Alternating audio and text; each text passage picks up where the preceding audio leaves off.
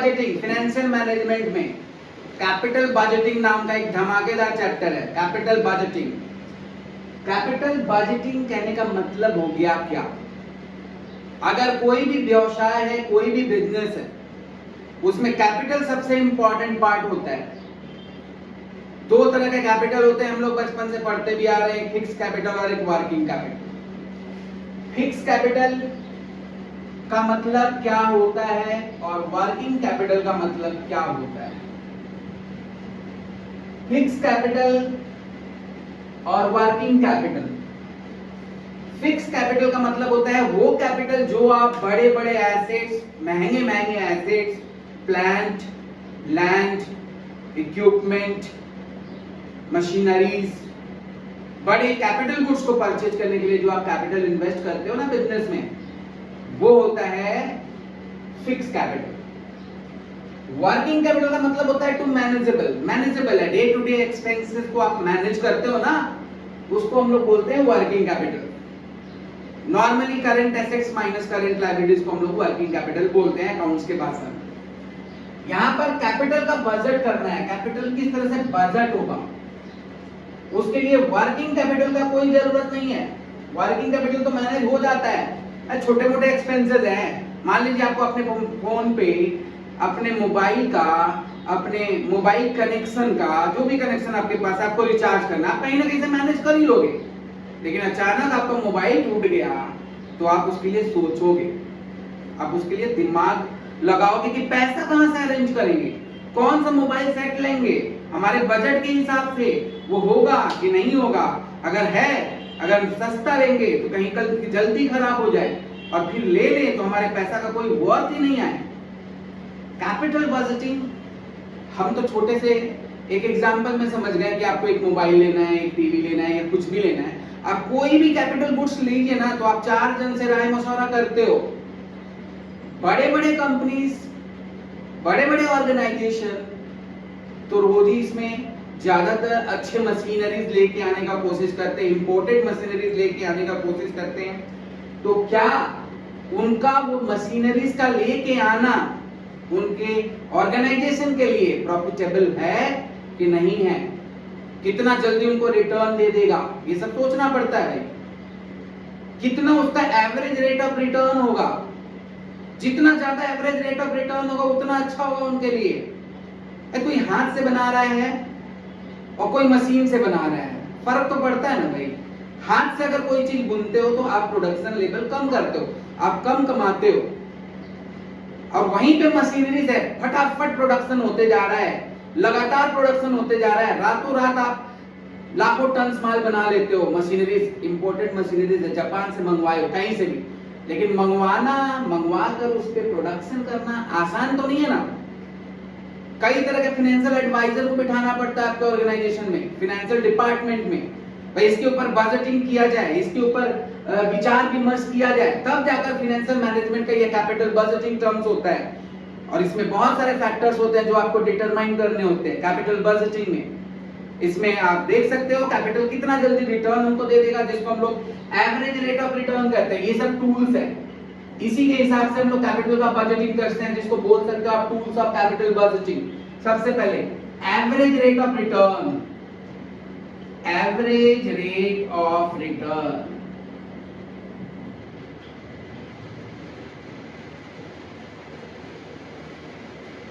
दूसरा payback period,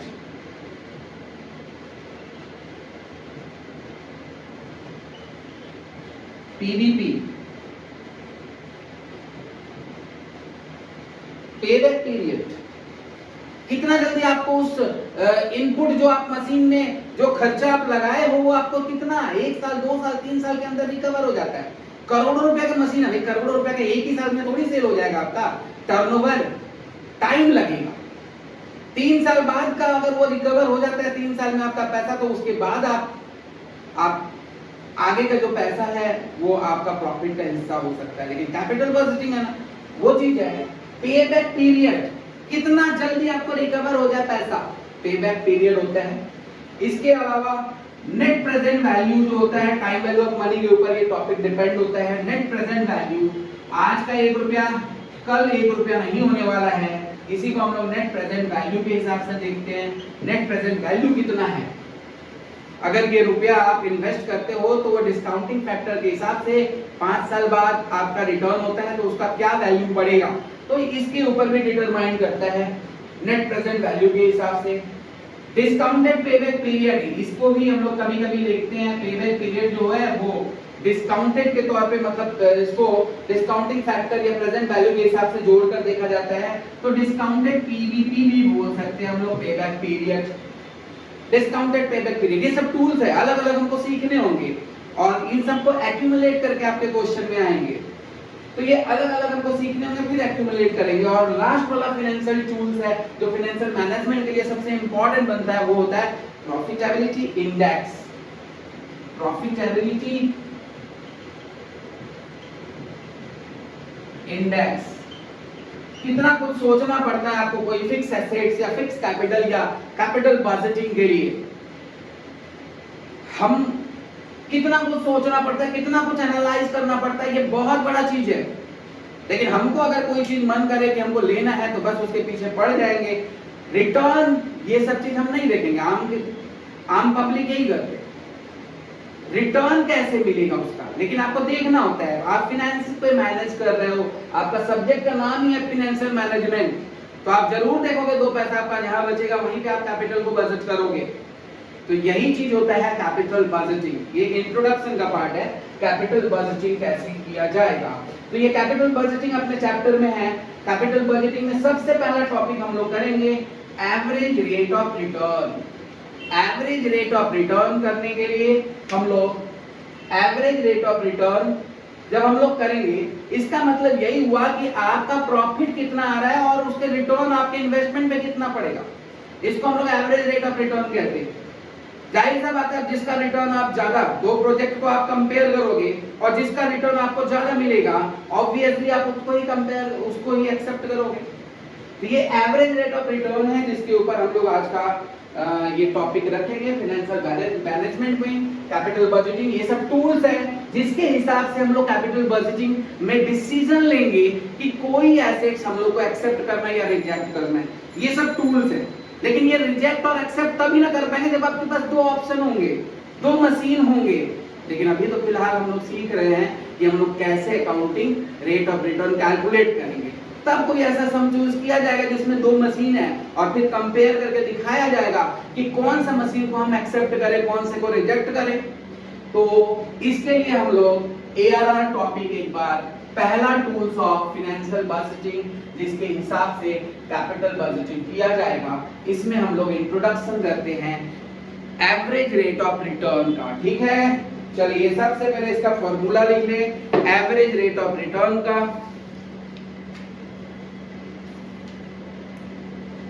और उसके ऊपर एक प्रॉब्लम सेलेक्ट कर लेते हैं, एवरेज रेट ऑफ रिटर्न के ऊपर कौन सा प्रॉब्लम आपको कराएं जिससे आपको पूरा क्लियर कॉन्सेप्ट हो जाए। तो लिखिए, ठीक है, एवरेज रेट ऑफ रिटर्न मतलब average rate of return ARR का फॉर्मूला होता है, ARR, RRR नहीं, ARR। हाँ, ARR का फॉर्मूला होता है, लिखेंगे annual average net profit.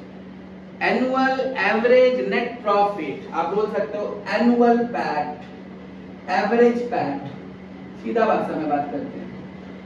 Average PAT, PAT का मतलब profit after tax, eat earning after tax. Average PAT by average investment, average PAT by average investment. Average investment के कई फॉर्मूला सम के हिसाब से डिपेंड करते हैं कि एवरेज इन्वेस्टमेंट होता क्या है। अगर आपको सिंपली एवरेज इन्वेस्टमेंट निकालना है, एवरेज इन्वेस्टमेंट का अगर आपको कैलकुलेशन करना है तो इनिशियल इन्वेस्टमेंट को आप 2 से डिवाइड कर दीजिए।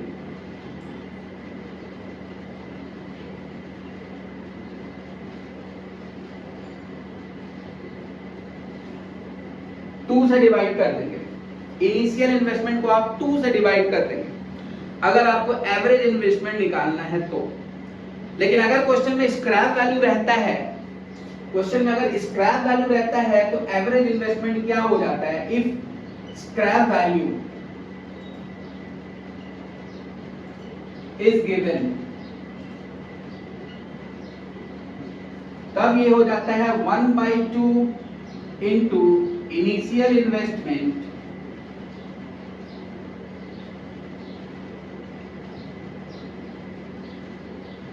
Plus scrap value. Scrap value वही वैल्यू जो कबाड़ी वाला को हम लोग मशीन खत्म हो जाता है तो बेच देते हैं, उस वैल्यू में स्क्रैप वैल्यू जो कबाड़ी वाला को रद्दी के भाव में नहीं बेचा जाता, उसी को हम लोग स्क्रैप वैल्यू बेचते हैं। किसी तरह से वो भी रिकवर है, वो भी मेरा एनुअल रिटर्न है, तो इसलिए हम लोग उसको प्लस कर देते हैं। अगर क्वेश्चन में स्क्रैप वैल्यू नहीं दिया और वर्किंग कैपिटल दिया है, if working capital is given, मतलब उस मशीन को चलाने के लिए वर्किंग कैपिटल आपका है, वर्किंग कैपिटल इज गिवन, तब इसका फॉर्मूला हो जाता है 1/2 into initial investment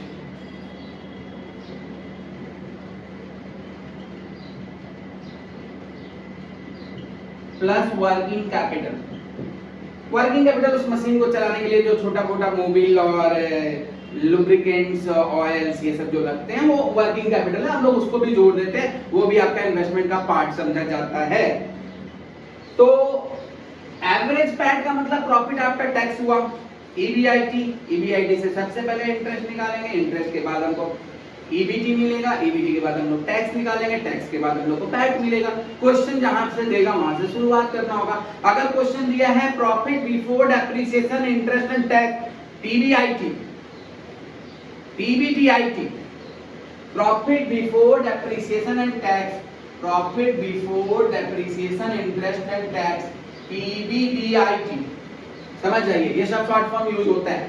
पीबीडीआईटी, profit before interest depreciation and tax, सबसे पहले इसमें से डेप्रिसिएशन लेस करते हैं, फिर इसमें से इंटरेस्ट लेस करते हैं, फिर इसमें से टैक्स लेस करते हैं, तब हमें मिल जाता है पैट।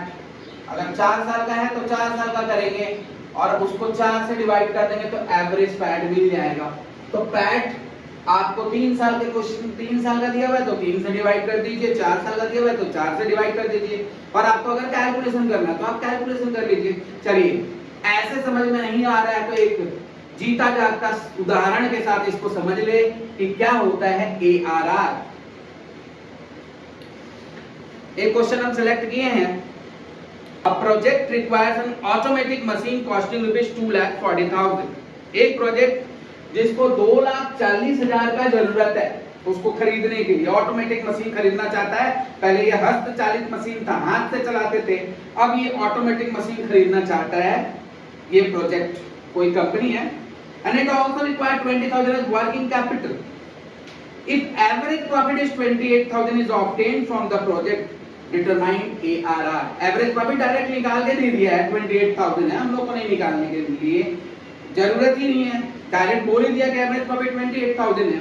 हाँ, इनिशियल इन्वेस्टमेंट 2,40,000 है, मतलब उस मशीन को खरीदने का कितना खर्चा हो रहा है वो, और कितना उस पे वर्किंग कैपिटल का जरूरत है।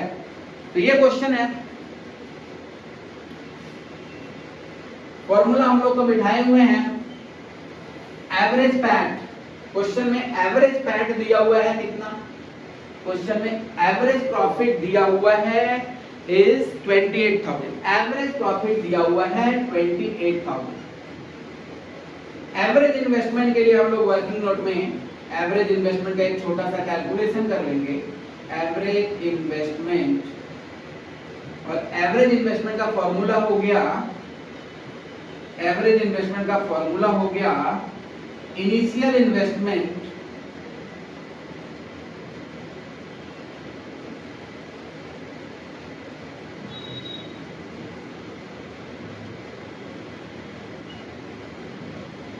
Plus working capital plus scrap value. अगर क्वेश्चन में है तो आप लिखिएगा, नहीं तो जरूरत ही नहीं है।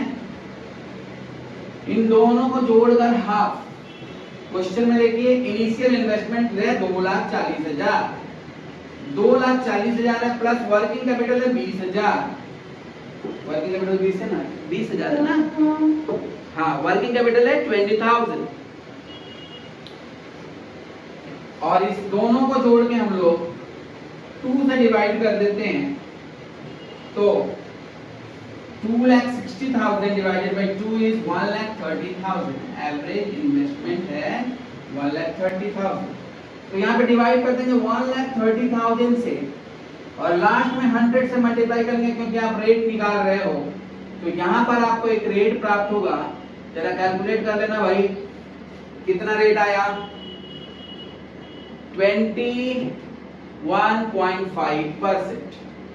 21.5% का रिटर्न देता है ये मशीन एनुअली। 21.5% का रिटर्न देता है ये मशीन एनुअली। समझ गए? ये हो जाता है आपका एवरेज रेट ऑफ रिटर्न। एक आध दो प्रॉब्लम और कर लेते हैं, क्लियर हो जाएगा कॉन्सेप्ट।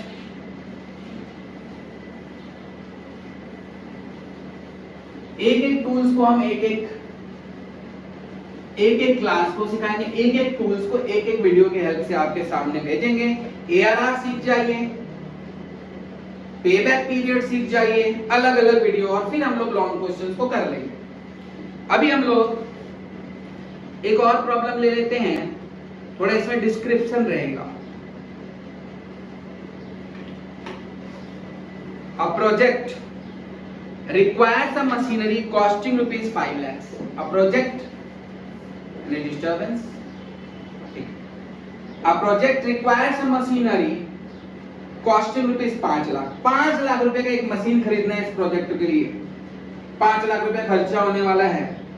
इसका इफेक्टिव लाइफ है 5 साल। 5 साल तक ये काम करेगा और उसके बाद इसका स्क्रैप वैल्यू 1 लाख है आफ्टर 5 इयर्स। ठीक है? Expected profit including depreciation and taxes. Yes, including मतलब इसमें से आपको डेप्रिसिएशन लेस करना है, टैक्स भी लेस करना है।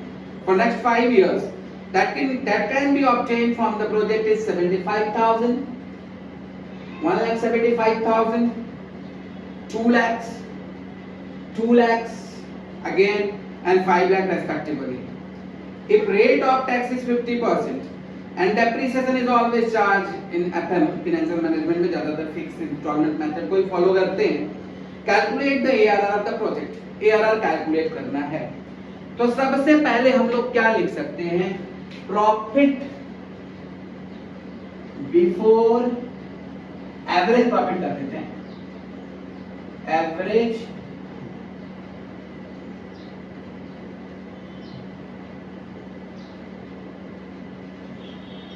profit before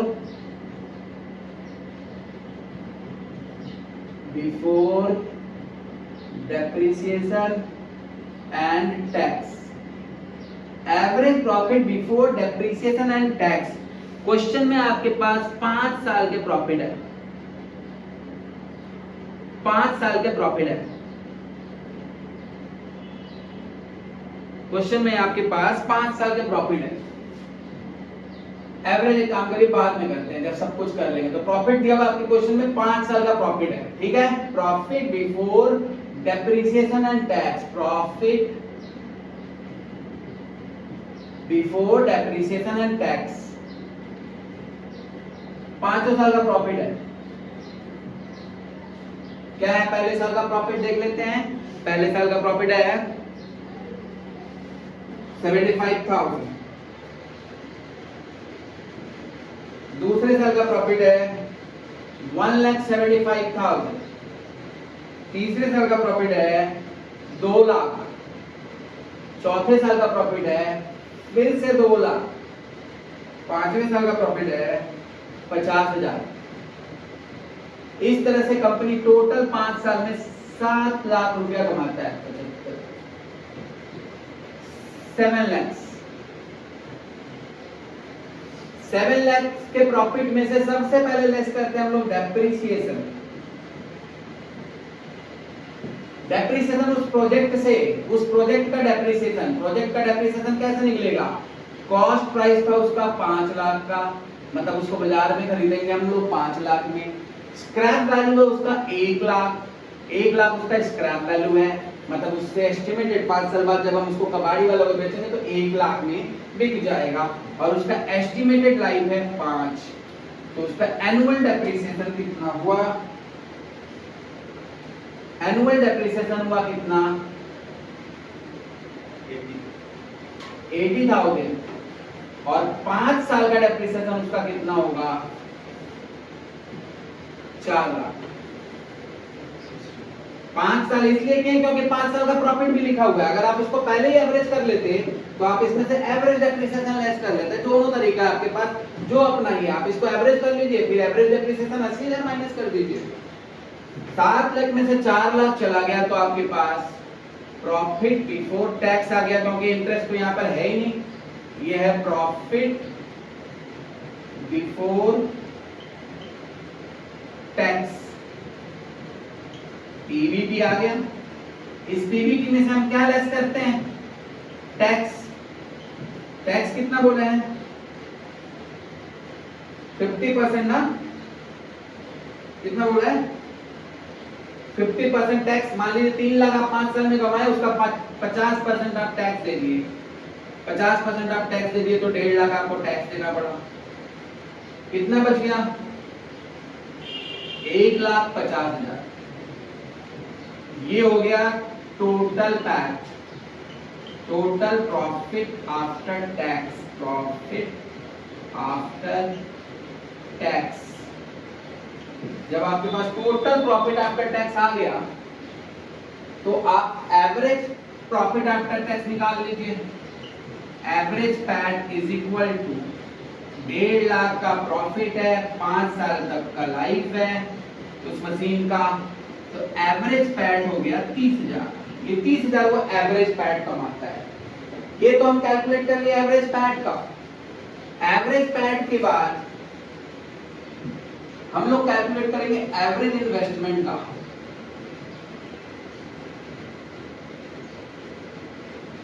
एवरेज इन्वेस्टमेंट का, तो एवरेज इन्वेस्टमेंट उसका कितना हुआ, ये सब वर्किंग नोट में हम लोग कैलकुलेट करेंगे। एवरेज इन्वेस्टमेंट उसका कितना हुआ, कितना का इन्वेस्टमेंट कर रहा है वो 5 लाख का, कितना का 5 लाख का इन्वेस्टमेंट वो करेगा, प्लस जब वो स्क्रैप वैल्यू के तौर पे उस मशीन को बेचता है तो उस मशीन का 1 लाख रुपया रियलाइजेबल वैल्यू होता है। 1 लाख रुपया अगर स्क्रैप वैल्यू हो, वर्किंग कैपिटल हो, आप सबको जोड़कर फिर एवरेज कर दीजिएगा, तो यहाँ पर एवरेज इन्वेस्टमेंट हो गया 3 लाख का, एवरेज इन्वेस्टमेंट उसका हो गया 3 लाख का। एवरेज प्रॉफिट भी आपको मिल गया और एवरेज इन्वेस्टमेंट भी आपको मिल गया। Therefore ARR is equal to, RRR लिखने का ARR is equal to average PAT by average investment.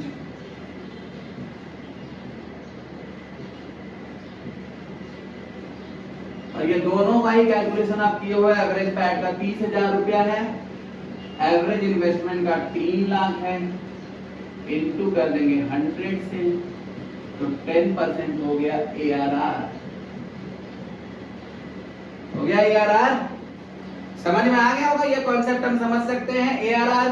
Next video में हम आप लोगों से मिलेंगे इसका दूसरा टूल्स ऑफ कैपिटल बजटिंग को लेकर, वो है हमारा पे बैक पीरियड। ठीक है, thank you very much, keep study keep learning.